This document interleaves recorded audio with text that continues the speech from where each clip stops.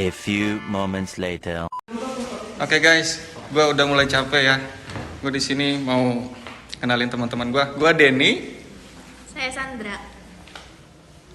Gua Noval. Saya Yeni. Gua Laude Bagas. Terakhir, Saya Untawan. oke, kita akan menjelaskan tentang ISEF. ISEF itu apa? Next slide. Assalamualaikum warahmatullahi wabarakatuh. Halo teman-teman semua. Perkenalkan, kami dari kelompok 1 Program Studi Manajemen Fakultas Ekonomi dan Bisnis Universitas Pelita Bangsa Cikarang. Video ini dibuat untuk menyelesaikan tugas ujian tengah semester dalam mata kuliah pengantar ilmu ekonomi dengan dosen pengampu Bapak Purwanto. Kami dari kelompok 1 yang terdiri dari 7 anggota yang masing-masing bekerja sama dalam memenuhi tugas ini, yaitu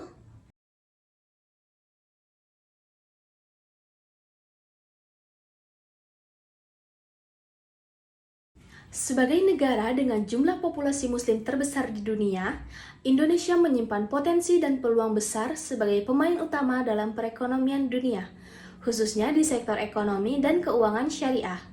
Melihat potensi besar tersebut, Bank Indonesia sebagai bank sentral berupaya memberikan kontribusi nyata dalam pengembangan ekonomi dan keuangan syariah di Indonesia. Di antaranya melalui penyelenggaraan Indonesia Syariah Economic Festival atau ISEF.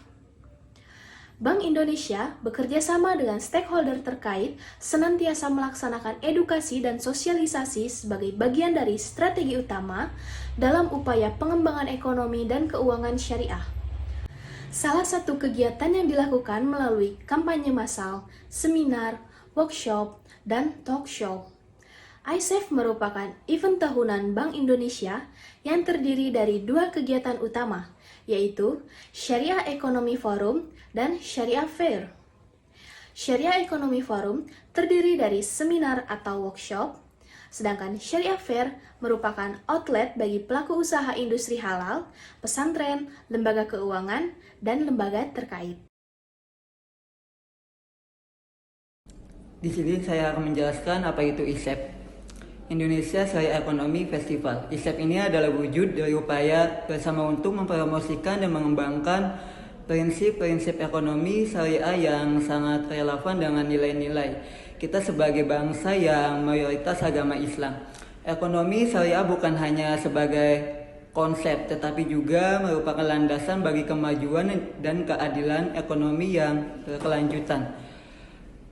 Prinsip yang berlandaskan transparansi, keadilan, dan berkelanjutan ini dapat memacu pertumbuhan ekonomi yang inklusif dan memperdayakan seluruh lapisan masyarakat.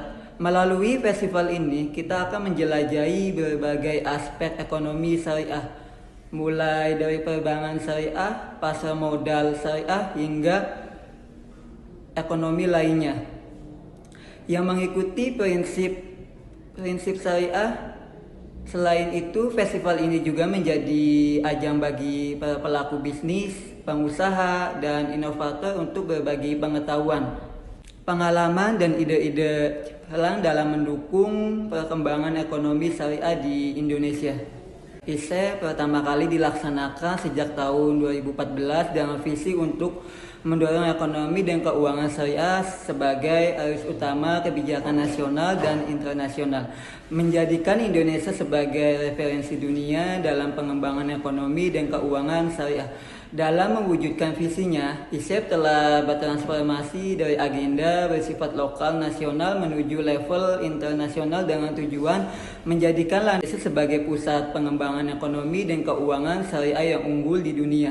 Selanjutnya ada alasan diadakannya ISEF. Kegiatan ini merupakan wujud dukungan Bank Indonesia dalam pengembangan ekonomi dan keuangan syariah nasional dan menjadi wadah akselerasi implementasi industri halal dengan fokus pada sektor fashion muslim dan makanan serta membangkitkan optimisme bagi pelaku usaha, khususnya pelaku usaha syariah. Indonesia memiliki keunggulan dalam hal pengembangan ekosistem ekonomi dan keuangan syariah. Dari catatan Bank Indonesia, sektor unggulan dalam industri halal Indonesia, yaitu sektor fashion dan makanan halal menduduki peringkat ketiga dan keempat. Berdasarkan State of the Global Islamic Economy, adapun pangsa pasar makanan halal Indonesia mencapai 13% dari pasar global, merupakan yang terbesar di dunia. Di sini saya akan menjelaskan tujuan ISEF. Salah satu tujuan ISEF adalah mendorong pertumbuhan ekonomi syariah di Indonesia, memperkenalkan produk dan layanan syariah pada masyarakat. Tujuan ISEF terbagi menjadi 3 sektor. Sektor yang pertama, sektor perdagangan syariah. Sektor kedua, sektor perbankan syariah. Dan sektor ketiga, sektor pelayanan syariah. Sektor pertama, sektor perdagangan syariah. Prinsip dasar yang telah ditetapkan Islam mengenai perdagangan atau niaga adalah tolak ukur dari kejujuran, kepercayaan, dan ketulusan. Dalam perdagangan, nilai timbang dan ukuran yang tepat dan standar benar-benar harus diperhatikan. Yang kedua, sektor perbankan syariah. Ciri khas tabungan syariah adalah menerapkan akad wadiah, yang artinya tabungan yang kita simpan tidak mendapatkan keuntungan karena cuma dititip. Tidak ada bunga yang diterima oleh nasabah, akan tetapi bank memberikan hadiah atau bonus kepada nasabah. Dan yang ketiga, yang terakhir, sektor pelayanan syariah. Dalam pelayanan menggunakan pedoman Islam tidak melupakan akhirat. Beberapa aspek kualitas ini bila diterapkan secara bersama dapat membangun layanan yang berkualitas, prima dan memuaskan. Sehingga dapat dikatakan bahwa kualitas layanan mempunyai pengaruh yang cukup besar dalam menentukan minat nasabah untuk menggunakan jasa yang dalam hal ini menambung dengan akad syariah. Produk dan layanan syariah memiliki beberapa contoh, terbagi menjadi 3 sektor, mulai dari sektor perdagangan syariah. Contohnya seperti bisnis kuliner halal, kecantikan muslimah, dan lain sebagainya. Dan sektor perbankan syariah ada tabungan syariah, deposito syariah, pinjaman syariah, dan lain sebagainya. Dan sektor pelayanan syariah seperti bisnis tour and travel haji dan umroh. Dan yang kedua ada ojek syariah.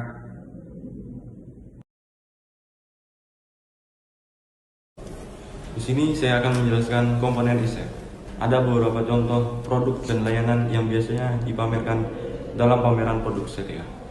Contohnya makanan atau minuman halal, busana syar'i, kosmetik atau perawatan kecantikan halal, buku atau media Islam, seni atau kerajinan syariah, dan produk kesehatan atau obat-obatan yang halal. Selanjutnya, layanan syariah. Contohnya perbankan syariah, asuransi syariah, perdagangan syariah, pendidikan syariah, layanan kesehatan syariah, layanan pernikahan, dan kesehatan syariah. Kemudian ada beberapa komponen yang umumnya ada dalam seminar syariah.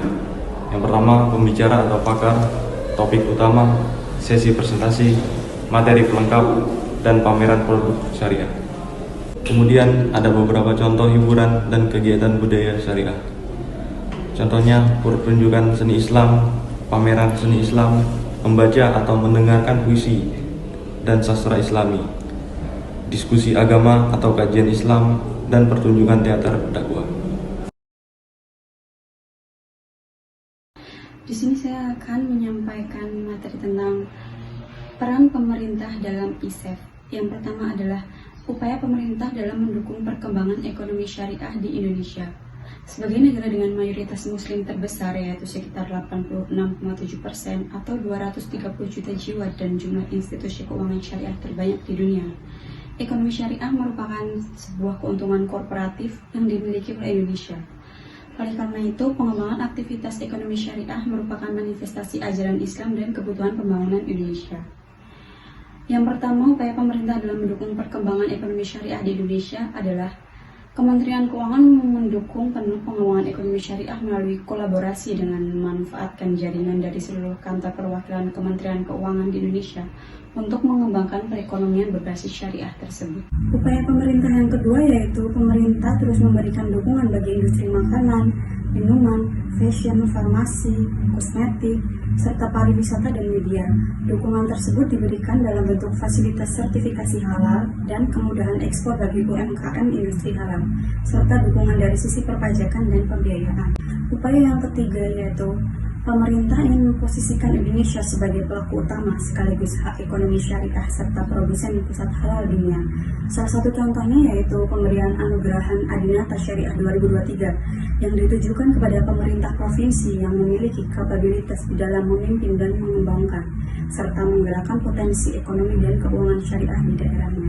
Upaya pemerintah yang keempat yaitu pemerintah membentuk Komite Nasional Ekonomi dan Keuangan Syariah atau yang biasa disebut dengan KNEX sebagai pilot proyek pengembangan ekonomi dan keuangan syariah yang berfokus pada 4 hal. Yang pertama adalah pengembangan industri produk halal. Sektor ini perlu didorong karena Indonesia memiliki pangsa pasar yang besar dengan 78% penduduk muslim dari total populasi. Fokus yang kedua yaitu pengembangan industri keuangan syariah.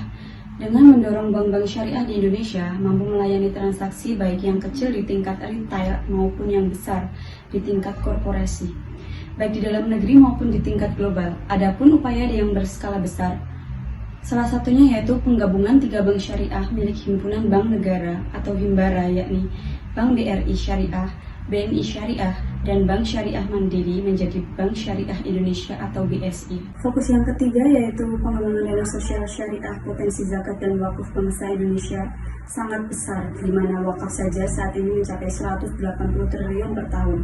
Untuk itulah pemerintah telah meluncurkan gerakan nasional wakaf uang untuk merubah paradigma masyarakat bahwa wakaf tidak hanya dalam bentuk barang tetapi bisa juga dalam bentuk uang.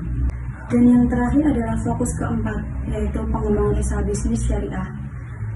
Pengembangan usaha bisnis syariah ini sangat penting untuk memberdayakan ekonomi umat di kalangan bawah. Salah satu upaya yang dilakukan pemerintah adalah dengan membentuk inkubasi bisnis dan menyediakan lembaga-lembaga keuangan syariah mikro untuk membantu pembiayaan usaha-usaha syariah yang tidak tersentuh lembaga keuangan konvensional.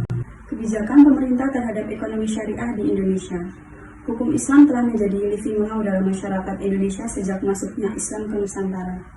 Dalam ekonomi syariah sendiri, terakhir telah dibentuk dalam Undang-Undang Nomor 38 Tahun 2008 tentang Bank Syariah dan sekarang ini sedang dimatangkan dalam RUU Aktivitas Ekonomi Syariah seperti RUU Sukuk, RUU Asuransi Syariah, dan RUU Pasar Modal Syariah.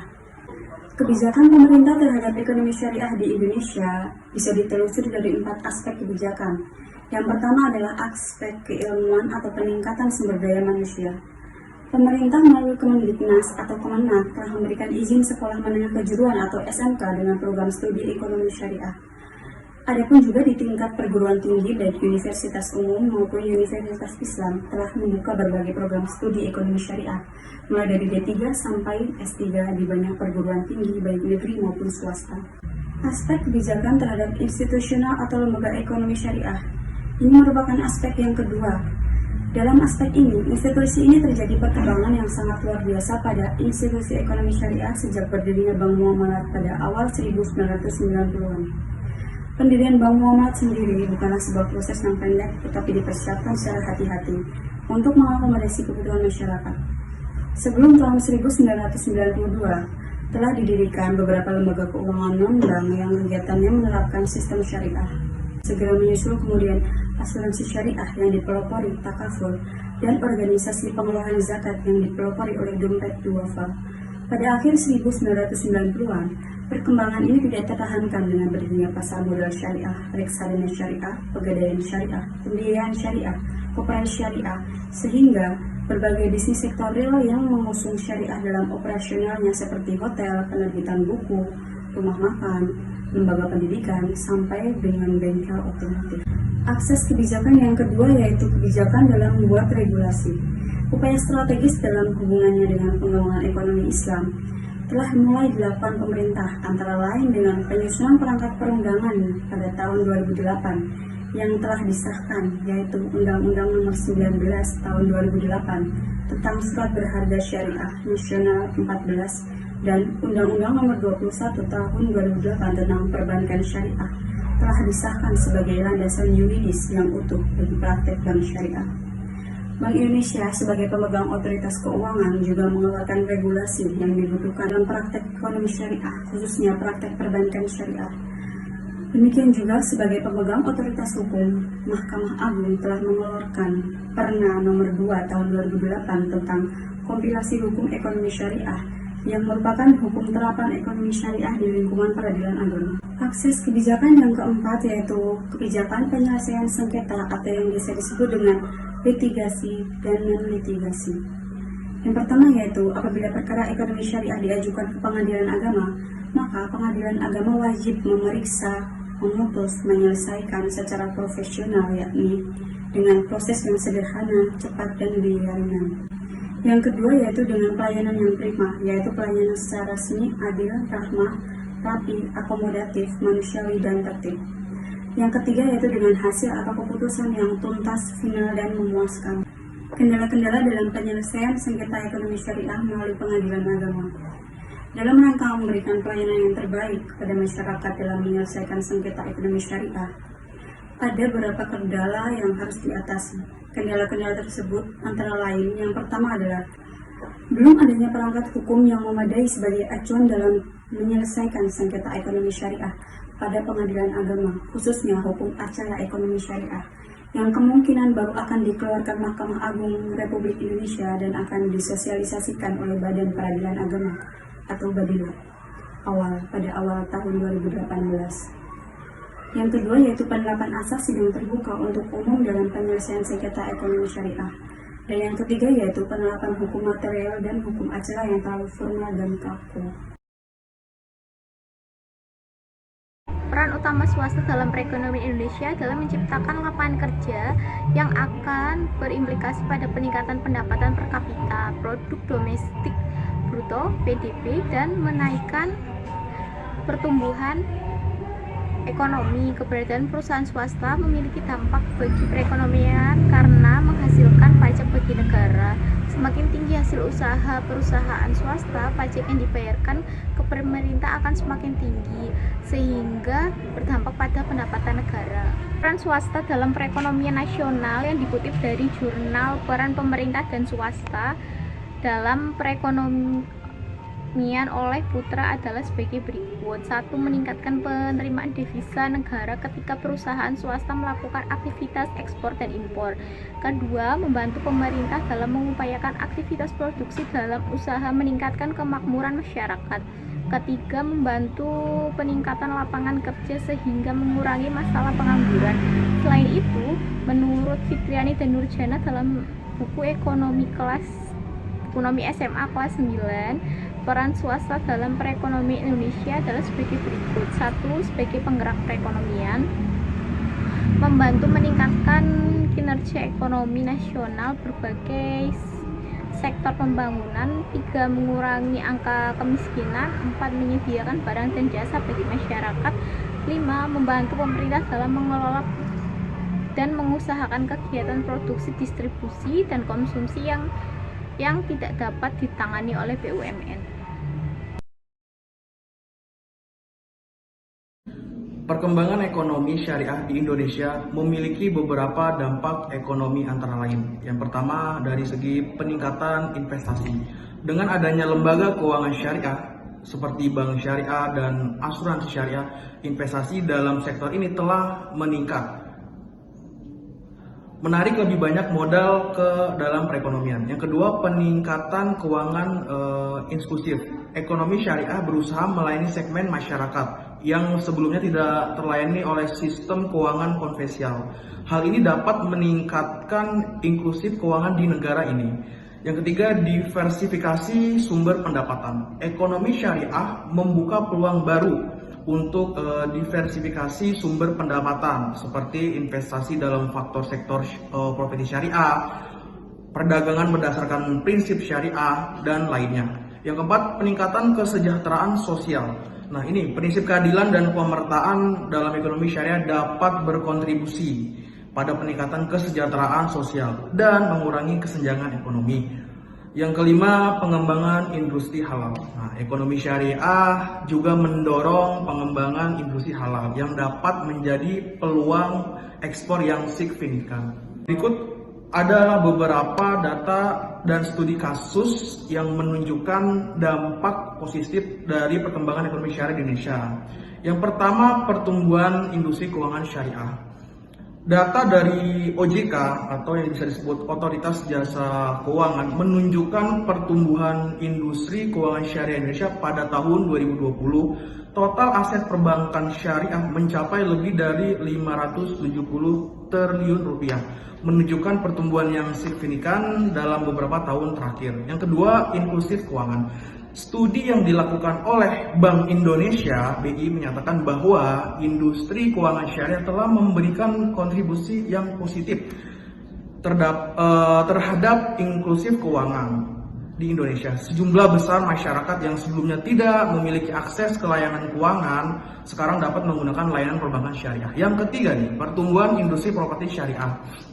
Pengembangan properti syariah juga telah mencapai kesuksesan. Contoh kasus adalah kawasan bisnis syariah BSD City yang menjadi salah satu contoh pengembangan real estate syariah yang sukses. Hal ini menciptakan peluang investasi dan lapangan kerja. Yang keempat, penurunan resiko keuangan. Sistem keuangan syariah cenderung menghindari aktivitas spekulatif dan transisi berisiko tinggi. Ini telah membantu mengurangi resiko keuangan makro Indonesia, terutama selama krisis global. Yang kelima, peningkatan kesadaran dan pendidikan.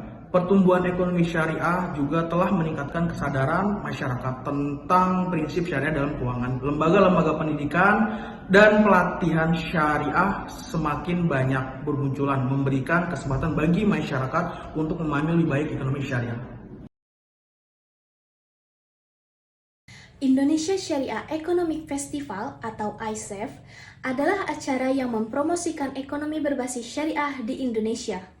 Berikut adalah beberapa tantangan dan peluang yang dapat ditemui dalam penyelenggaraan ISEF. Tantangan pertama, kesadaran masyarakat. Salah satu tantangan utama dalam mengembangkan ekonomi berbasis syariah di Indonesia adalah kesadaran masyarakat. Banyak orang mungkin belum sepenuhnya memahami prinsip-prinsip syariah dan manfaat ekonomi syariah. Oleh karena itu, perlu upaya untuk meningkatkan kesadaran masyarakat tentang pentingnya ekonomi syariah. Tantangan kedua, regulasi.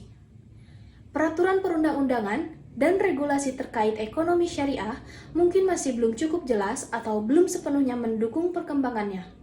Tantangan ini memerlukan kerjasama dengan pemerintah untuk menciptakan regulasi yang memadai dan mendukung pertumbuhan ekonomi syariah. Tantangan ketiga, edukasi dan pelatihan. Pengembangan ekonomi syariah membutuhkan tenaga kerja yang terampil dan kompeten dalam bidang ini. Oleh karena itu, penting untuk menyelenggarakan program edukasi dan pelatihan yang mendukung pengembangan SDM yang kompeten di sektor ekonomi syariah. Tantangan keempat, akses ke keuangan syariah. Masyarakat perlu memiliki akses yang lebih mudah ke produk dan layanan keuangan syariah. Ini termasuk akses ke bank syariah, produk asuransi syariah, dan instrumen investasi syariah. Tantangan kelima, promosi ekonomi syariah. Promosi ekonomi syariah dalam skala yang lebih luas dan efektif merupakan tantangan. Diperlukan upaya yang kuat untuk memastikan produk dan layanan ekonomi syariah kepada masyarakat dan investor. Peluang untuk pengembangan ekonomi syariah di Indonesia cukup besar, karena Indonesia memiliki populasi muslim yang besar dan semakin meningkatnya minat masyarakat untuk mengadopsi prinsip-prinsip ekonomi syariah. Beberapa peluang yang dapat dimanfaatkan untuk pengembangan ekonomi syariah di Indonesia antara lain, yang pertama, populasi muslim yang besar. Indonesia memiliki populasi muslim terbesar di dunia. Hal ini menciptakan pasar yang besar untuk produk dan layanan ekonomi syariah seperti perbankan syariah, asuransi syariah, investasi syariah, dan perdagangan syariah. Yang kedua, dukungan pemerintah. Pemerintah Indonesia telah memberikan dukungan aktif untuk pengembangan ekonomi syariah, termasuk dengan mendirikan Badan Ekonomi Kreatif Syariah dan Badan Pengawas Keuangan dan Pembangunan Syariah. Yang ketiga, pertumbuhan industri keuangan syariah. Sektor keuangan syariah di Indonesia terus berkembang pesat, termasuk perbankan syariah, pasar modal syariah, dan asuransi syariah. Hal ini memberikan peluang besar bagi industri keuangan syariah untuk terus tumbuh. Yang keempat, kepedulian sosial dan lingkungan. Prinsip-prinsip ekonomi syariah juga mendorong perhatian terhadap kepedulian sosial dan lingkungan. Ini menciptakan peluang untuk pengembangan investasi sosial dan ekonomi hijau. Yang kelima, potensi wisata halal. Indonesia memiliki potensi besar untuk industri wisata halal, termasuk wisata kuliner halal, wisata berbasis syariah, dan sektor pariwisata lainnya yang sesuai dengan prinsip-prinsip syariah. Yang keenam, inovasi teknologi. Teknologi digital dan fintech juga dapat digunakan untuk mendukung pengembangan ekonomi syariah seperti platform crowdfunding syariah, aplikasi perbankan syariah, dan solusi perbankan syariah. Ketujuh, pendidikan dan literasi keuangan syariah. Pengembangan ekonomi syariah juga memerlukan peningkatan literasi keuangan syariah dan pendidikan mengenai prinsip-prinsip ekonomi syariah untuk masyarakat dan pelaku bisnis. Kedelapan, peluang global. Ekonomi syariah tidak hanya berkembang di dalam negeri, tetapi juga memiliki potensi untuk menjalin kerjasama dengan negara-negara lain yang memiliki minat dalam ekonomi syariah. Dalam rangka memanfaatkan peluang ini, perlu adanya kerjasama antara pemerintah, sektor swasta, dan lembaga-lembaga pendidikan untuk memajukan ekonomi syariah di Indonesia. Peningkatan regulasi, literasi, dan infrastruktur juga akan menjadi kunci pengembangan ekonomi syariah di Indonesia.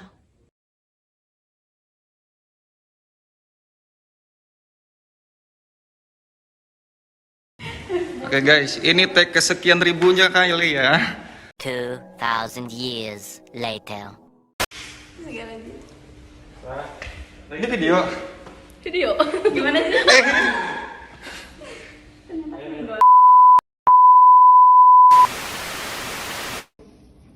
Lihat guys, lagi pada bikin tag video. Nama dan NIM.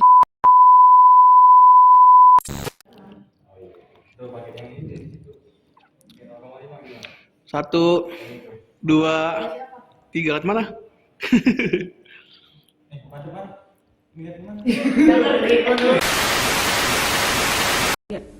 Saya Laude Muhammad Bagas Febiansyah.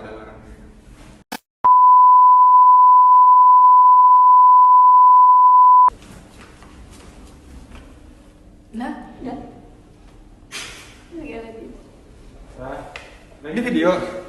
Video? Gimana sih? Oke guys, gue udah mulai capek ya.